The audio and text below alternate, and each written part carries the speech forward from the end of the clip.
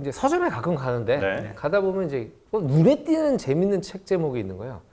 조선 왕이 뭐 20몇 명이었는데 네. 조선의 왕인데 그 중에 그 3분의 1이 독살당하거나 뭐 제명에 못 살았다. 제명에 못 살았다. 아. 아니 뭐 낙마하거나 네, 네. 아무튼 뭐 이런 식의 이제 물론 그 야사거나 네. 가설에 의한 거겠지만 그거에 대해서는 어떻게 생각하십니까?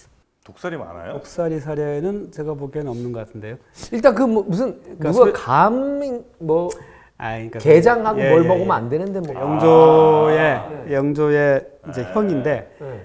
그러니까 숙종이 우리가 장희빈으로 유명한 네. 그 숙종의 아들 둘을 뒀어요. 그러니까 네. 하나가 장희빈의 아들이고 네. 하나가 이제 영조가 되는 사람인데 사실 이제 장희빈을 사양 내려 죽였기 때문에 네. 그때 세자를 같이 패하든지 그렇죠. 그렇게 아니면 하죠. 그러지 않을 거면은 장희빈을 죽이지는 말았어야 됐죠. 음. 그런데 숙종은 이제 장희빈을 죽여버리고 그 아들은 세자로 그대로 두게 하는 이런 잘못을 저지르는데 이게 이제 조선 초의 성종 시절의 연산군과 이 관계도 똑같습니다. 네.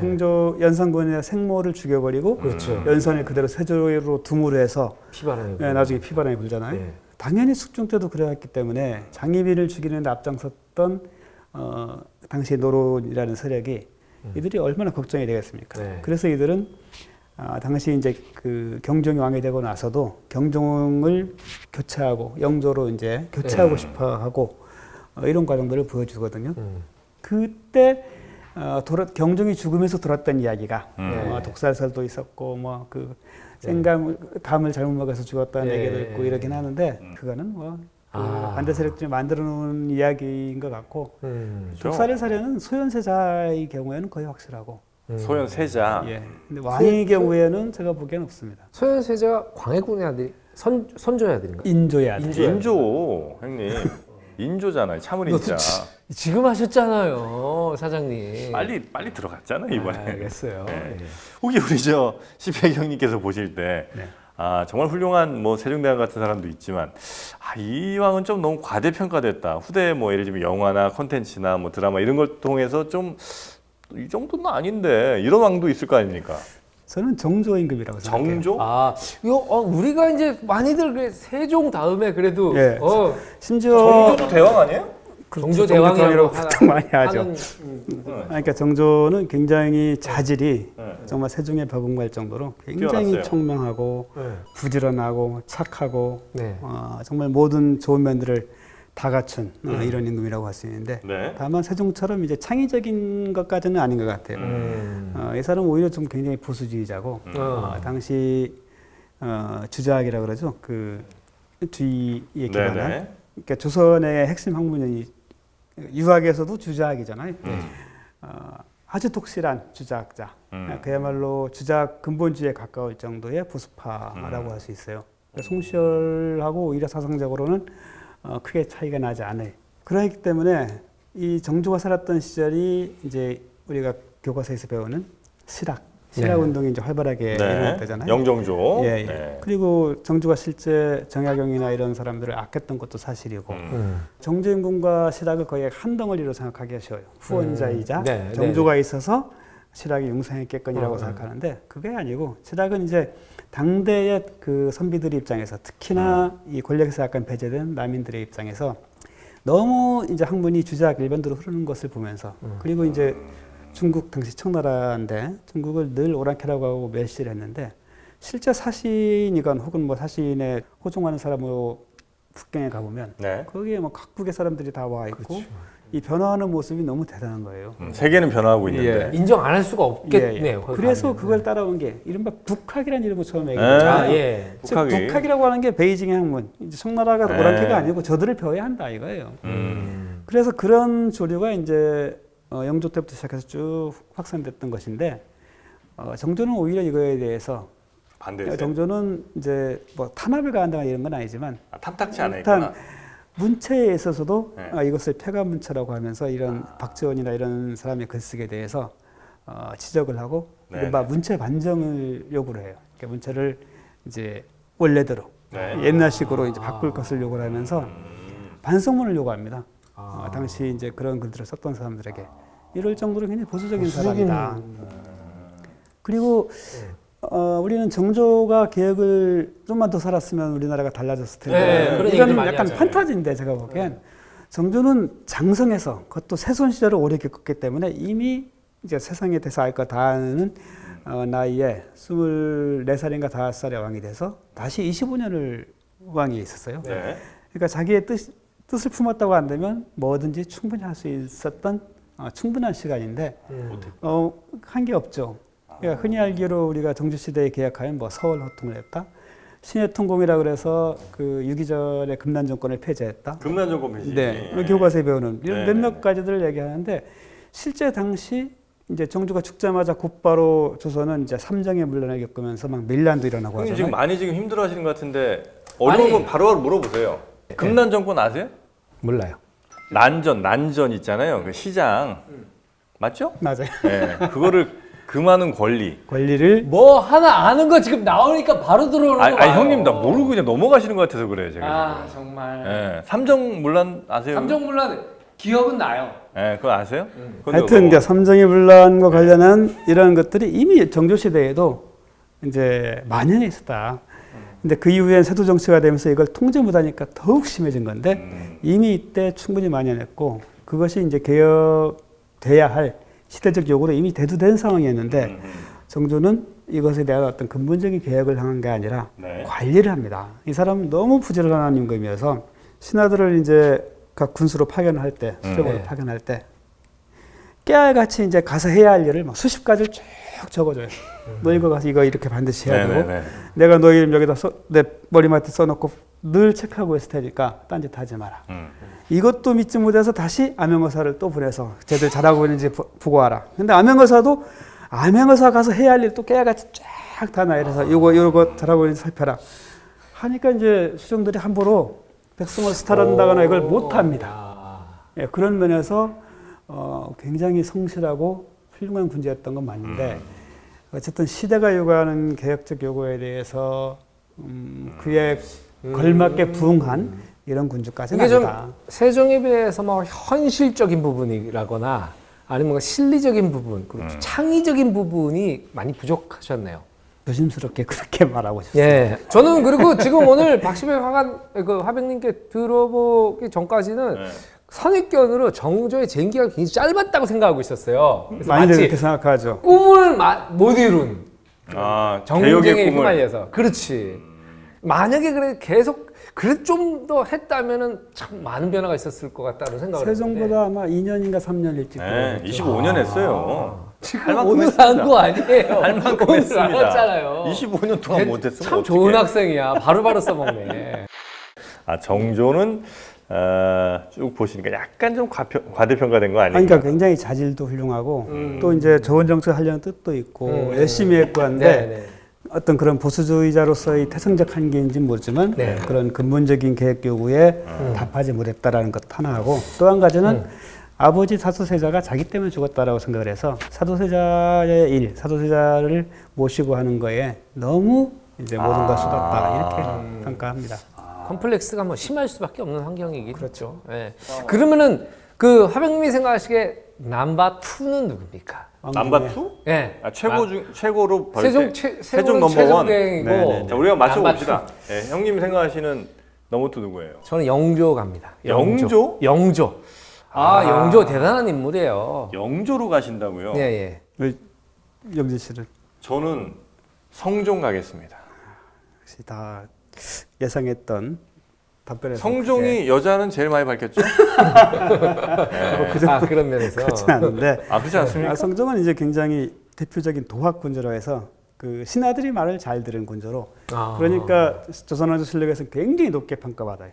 하지만 그 시대의 요구라는 걸 생각한다면 뭐 그렇게까지 평가받을 쉽게 말하면 큰 트러블은 없었지만 네 자기 의지대로 한 것도 없었다. 맞아요. 그럼에도 불구하고 정조가 아닐까 싶기도 하고. 정조? 예. 그러니까 그럴 정도로 이렇게 세종은 워낙 이제 독보적인 임금이었고 그 외의 군주들 중에선 저는 정조나 아니면 세종의 아버지 태종.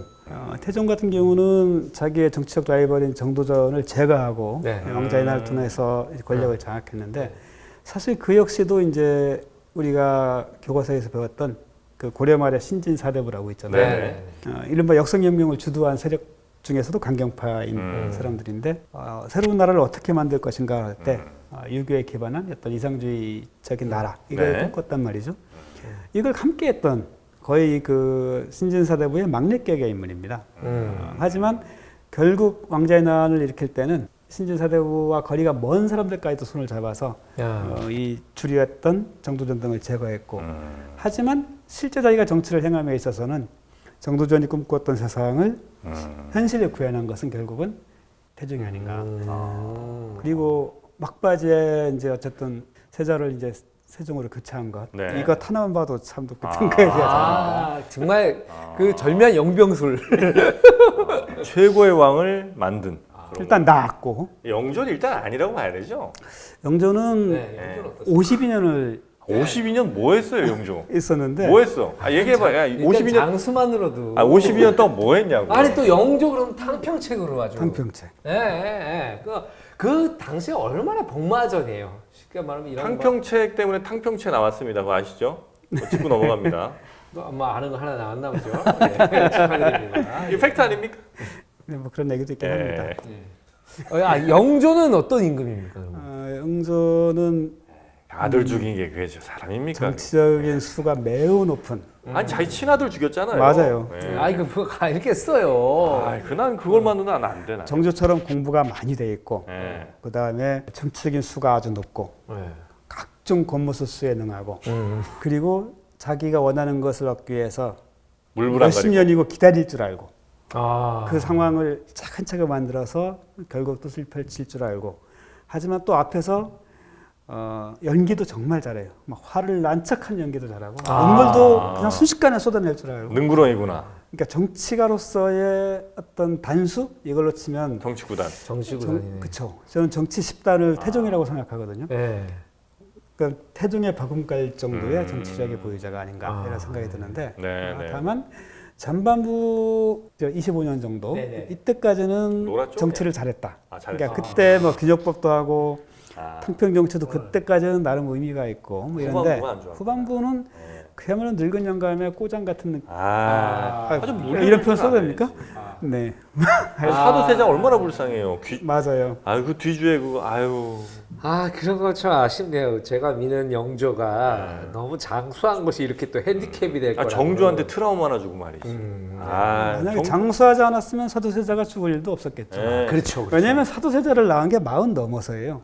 그러니까 그 왕실이 자식이 귀한 왕실에서 40 넘어서 나왔으니까 얼마나 귀합니까? 보통 그 이 당시의 왕들은 40이면 손자를 봤어요. 20 전에 다 아이를 낳으니까. 근데 40대까지 뭐 하다가 안 난 거예요? 그러니까 가만히 있어보자. 하나를 낳았었는데 얘가 8살인가 어렸던 어려서 죽고. 그래서 두 번째 얻은 게 사도세자니까 얼마나 이뻤겠어요. 너무. 근데 커보다 보니까 이제 뭔가 안 맞는 거죠. 근데 진짜 오늘 화백님 느낌에서 오래간만에 들었어요.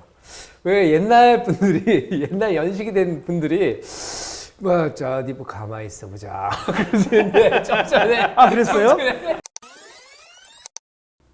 가만히 있어보자. 하나를 낳았었는데.